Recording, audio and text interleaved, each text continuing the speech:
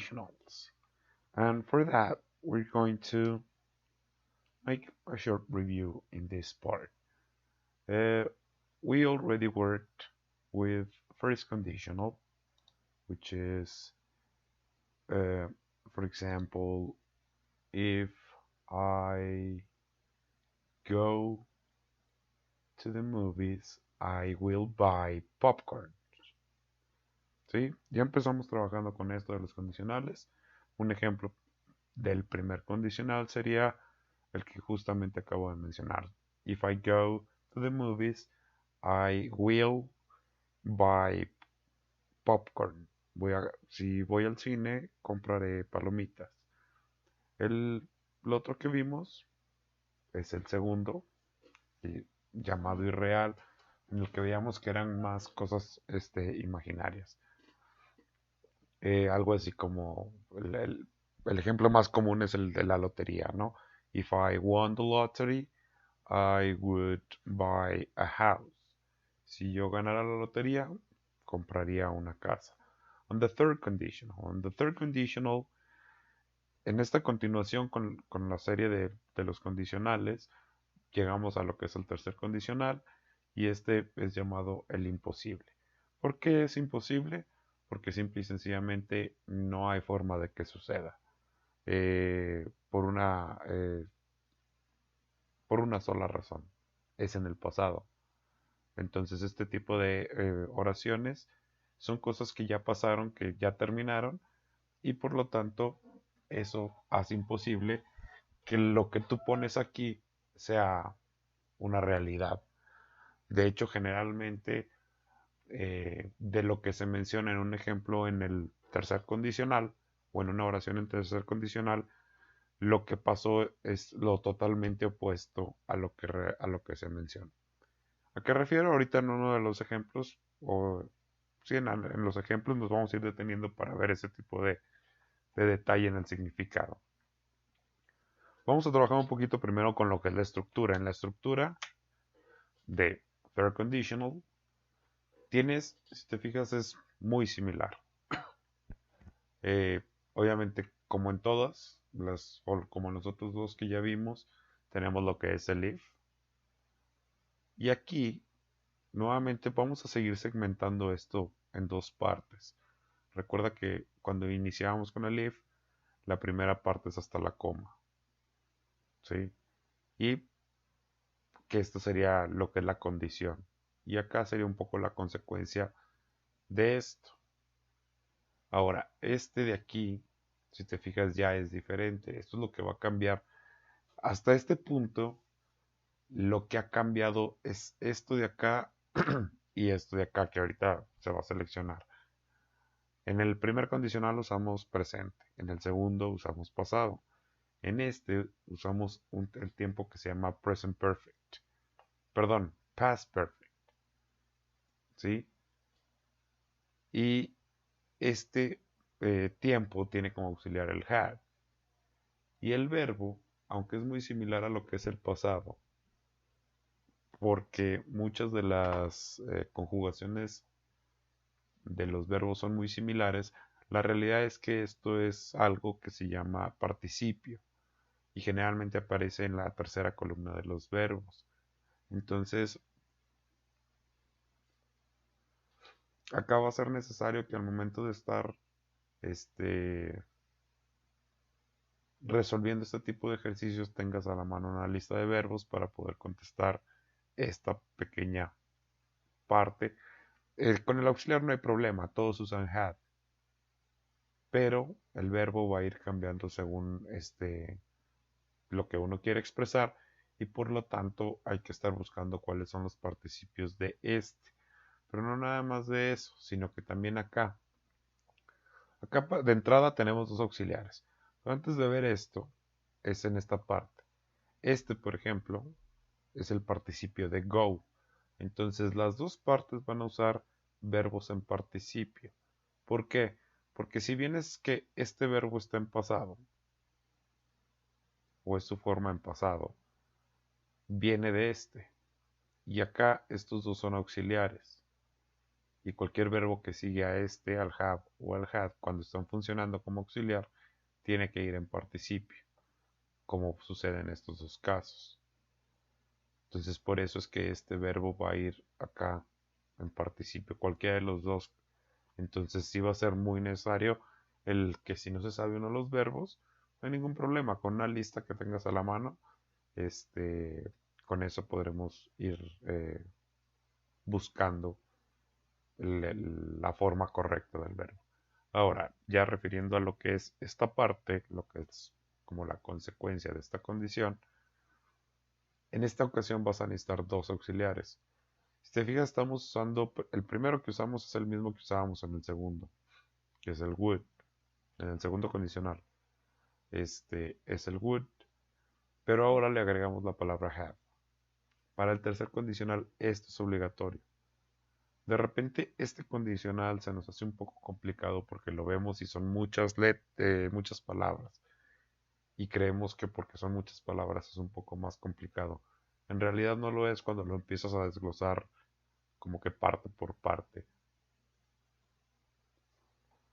Esta parte de aquí con el auxiliar would y luego vas a necesitar otro auxiliar aquí que es el have, que es el auxiliar de, en este caso, de los tiempos perfectos.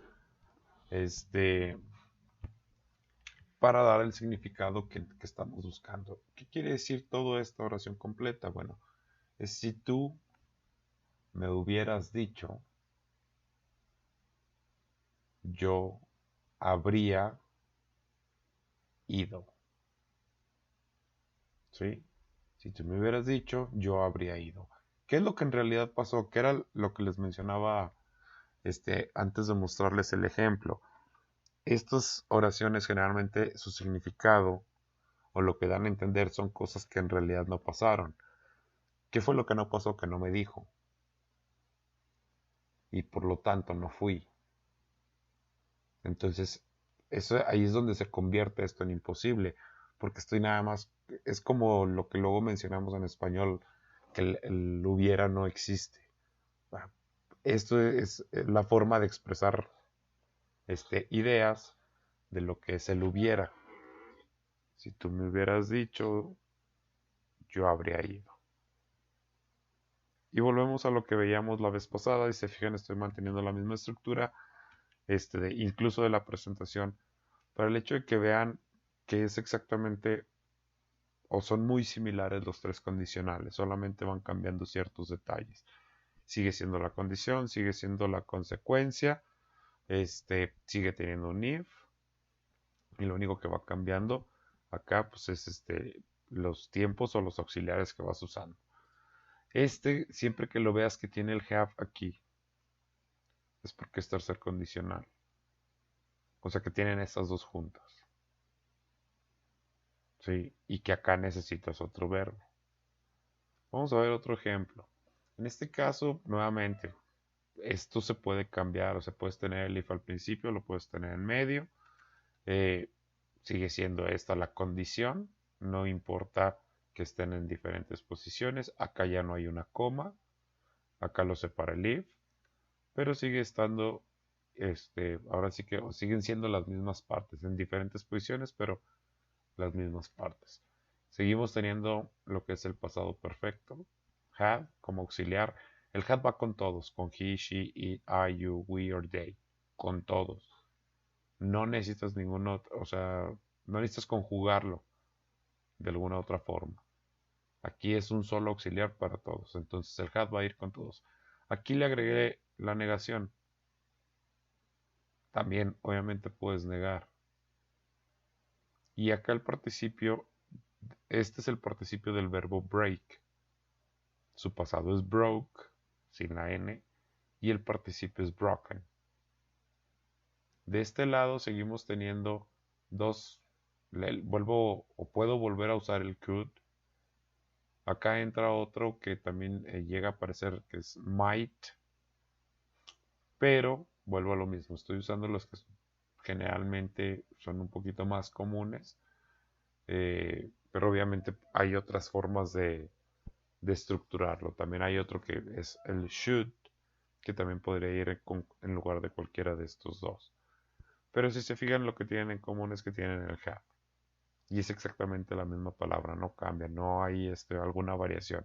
¿Por qué? Por lo que ya en algún momento había mencionado, siempre que un verbo sigue a los modal verbs, estos no van a cambiar de su forma base. Tienen que seguir. Ahora, ¿por qué acá run está igualito que como está en presente? Porque run tiene esta particularidad de que es lo mismo o es la misma palabra para el presente y para el participio. Pero en realidad estamos usando la forma en participio. ¿Qué es esto de la forma en participio? En el significado en español, uno es correr, es presente. Run en participio equivaldría a la traducción de corrido. ¿Sí? Y es, él podría haber corrido el maratón o la carrera, lo que tú quieras. If he hadn't broken his leg. Si no se hubiera roto su pierna.